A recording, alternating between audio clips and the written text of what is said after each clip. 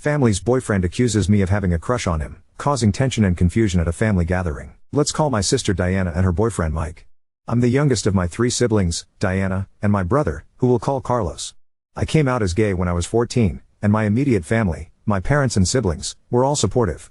My extended family, uncles, aunts, cousins, and grandparents are less accepting, so I don't tend to be as out and open around them. I graduated high school and started college 2 years ago when I was 17.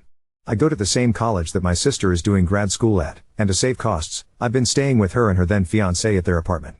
Mike had always been really nice, and I was happy that my sister was with a nice guy. My siblings and I have always been super close, and that closeness didn't go away when I started living with Diana, so I would often end up hanging out with them and their friends sometimes. The semester just ended for the 2 of us, and we all went home this weekend to stay with my parents. We had a big family dinner, during which Mike kept making little jokes about me liking older guys, my BF is 23, and how he would try to keep me away from him and his buddies. Me and my siblings questioned him about these jokes he was making, until he finally stopped making them. That was last night. This morning, my siblings and my parents went on a hike, which is a family activity that we usually enjoy thanks to us living close to the woods. I slept in and no one wanted to bother me, so they went without me. I figured that everyone had gone, but when I was eating my cereal in the living room and watching TV, Mike came out of the kitchen and sat next to me.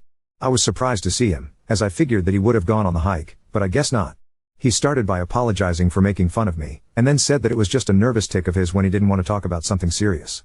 He said that it was wrong of him to joke about my crush on him. I was super confused and asked for clarification, and he said that he knew about the crush I have on him, which I don't. I asked him why he would think that, and he cited a few things that he took as me liking him. 1. That I would always hang out with him and Diana. 2. That I chose to live with them instead of dorms. 3. That he barely knew my boyfriend. And 4. That I didn't bring my boyfriend to their wedding. I tried to tell him that he was insane and that none of that meant I liked him, and they all had real explanations, but he just insisted that I was just trying to cover up the fact that I was in love with him. That was a few hours ago. I haven't told anyone in my family this yet, and I didn't have lunch with my family since I've had plans to be out with high school friends all day.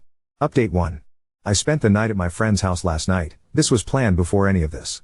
This morning I woke up and saw all of your comments and speculations. I took some time to reflect on the 2 main possibilities that y'all seem to have come up with. Either A, he's one of those straight guys that thinks that all gay guys are attracted to him, definitely met a few of those, or B, he likes me and is projecting it, or trying to make it sound like my idea. After thinking about it a lot, I think that it is more likely to be the second option. I am a person who really loves physical displays of affection, like hugs and cuddles and stuff. My siblings and I are super close like I said, so I was used to showing my affection this way. Looking back, I realized that Mike was more than willing to show affection this way, as my sister is the same. Mike and Diana had been dating since high school, but I only really got to know him in the last 2 years of college. He was always open to physical affection with me, right off the bat. There have been many comments that he has made that I took as harmless at the time, but now with the context, I realize may have been clues. He would almost always ask me how he looked, before he went out for the day, and would, in turn, compliment me back. I took things that he said as jokes, like when he told me that my ass looked good in an outfit, or he would tell me that I looked just like my sister, who is gorgeous. I always took this as him being nice, but now I'm not sure if that was his only intention. Anyway, to the actual update. This morning, I called for a sibling meeting at a diner that we like to go to. Sibling meetings are something that we've been doing since we were kids, where we talk about things like convincing our parents to get us a pet or splitting the household chores. We met at the diner for brunch, and my brother immediately went on and said how weird it was that Mike was making jokes about me. Diana said that he was still making jokes to her privately after dinner and that it wasn't the first time he had made those types of jokes. She said that she figured that he was one of those guys who thought that gay guys liked him, but then I told them about his apology yesterday morning, and all the comments and other jokes he's made, and we all think it was pretty weird. I showed them my post and they briefly read through the comments as well. My sister said that she would talk to him about it, and told me that no matter what happened, she would never hold anything against me, or blame me for anything, so that was reassuring. We had food and I went back to my friend's house and my sister said she would let me know if anything happens. I also texted my boyfriend about all this. He's British, so we have a bit of a time difference. He hasn't responded, but I want to be sure to keep him in the loop as well. I'm currently with my friends, watching them play a video game and pretending to know what's going on lol. Update 2. After the last mini update, I had logged off of Reddit and a lot of things have happened so I honestly kind of forgot that I even had this account still. Coincidentally, I was on TikTok a while ago when I found one of those iVoice accounts that read Reddit stories over someone playing Minecraft parkour. Those types of videos are like weeds, once you see one of them, your entire timeline gets flooded with them. Earlier today, a video with part of my Reddit post came across my FIP, and the comments were full of people asking if there was any updates. It has been over a year, and I am so sorry for keeping you all in the dark. I saw that my last post was archived and nobody could comment on it, so I figured I should make a new post. For those of you who might be seeing me for the first time ever, I believe you can find my first post on my page. I would recommend reading that before you read this one. I would also like to issue a trigger warning for sexual assault. Now, on to the whole mess that was the past year for me. So, the last time I updated y'all was in May of last year. Me and my siblings were all on summer break from college, and were home for the summer. So, the day after I talked to my siblings at the diner, I returned home from my friend's house and everything seemed normal. My sister informed me that she had talked to her boyfriend, that he had seemed more receptive to her concerns, and he was a lot more calm towards me. He stayed with us until the end of that week, where no further incident occurred between us, before he left to go visit his own family. He's on the complete other side of the country as us. A little after his departure I noticed that I couldn't find my favorite pair of underwear after doing a load of laundry. At the time, I just chalked it up to it being lost in the wash, or maybe mixed up with someone else's clothes. They were a pair of pink briefs, which I find to be more comfortable for my body type than other forms of underwear, and unfortunately for me, considered more sexy. I'm sure you can all understand what actually happened to them. My sister only stayed with us for 2 weeks, as her job was only allowing her so much time that she could be remote. From what I knew, her boyfriend had returned to our apartment around the same time as her. I stayed for the whole month, before I too had to return to the city our college is in because I had gotten a summer internship in that city. So I was back to staying with my sister and her boyfriend.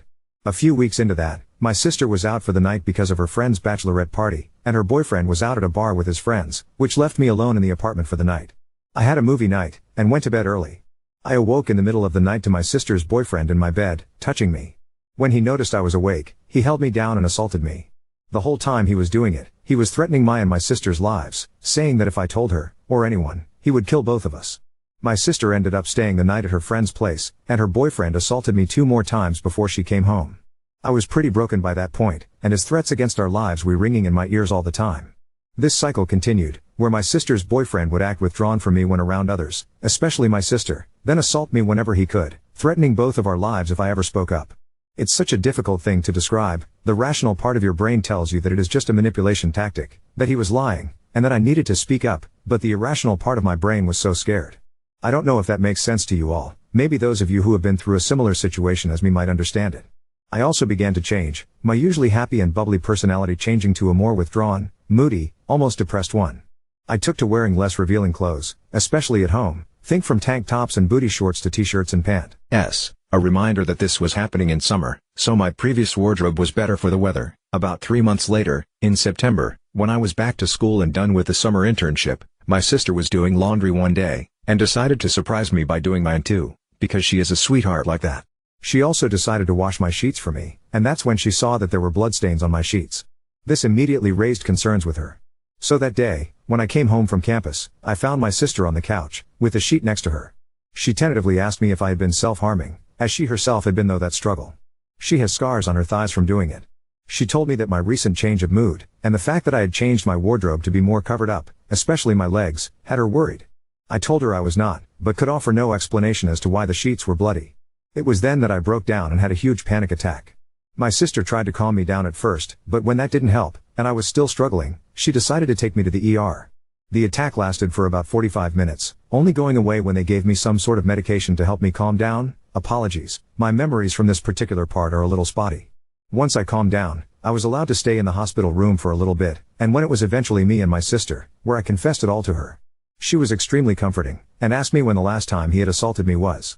It was the night before, so she pressed the little doctor/nurse call thing, and told them that I was going to need a rape kit.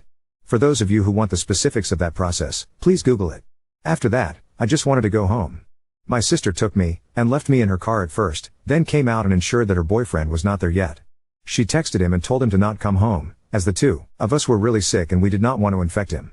The next day, instead of going to our classes, she took me to our local police station to file a police report. This whole process was also long and laborious, and honestly my memory surrounding it all is kinda hazy, something my therapist says can happen with traumatic experiences, but with the evidence found from the rape kit, and my testimony, he got a sentence of 4 years and a fine, and he has to register on the sex offender registry. I am doing much better now. My schooling was only a little bit affected, but nothing too bad, and I'm on summer break again. My sister and I are both close still, we are both in therapy, and I'm getting through things day by day. I am currently writing this from home, and I'm flying out to London next week to see my boyfriend. I will try to not forget this page again, haha. Oop, yeah, so he was at a friend's place while we were at our apartment. My sister was still maintaining that we were sick. We told the police which friend he was likely to be staying with, and he was taken from there. Since I got the rape kit, they were able to get DNA from that, plus we submitted the sheets as evidence, and there was some DNA on there too. The police to his DNA to compare to the DNA found, and that was what nailed him as guilty. He maintained his innocence until his sentence was delivered. He threatened me when they were taking him out. His family was a bit of a problem at first. His parents sort of had the my son would never attitude. They attended all of the court sessions, and as more and more of our evidence, DNA from the rape kit and the sheets, pictures of the bruises he left on me and of the sheets themselves, was shown, and at my testimony, they admonished him. They sent my sister a message apologizing for his actions and sending me their sympathies.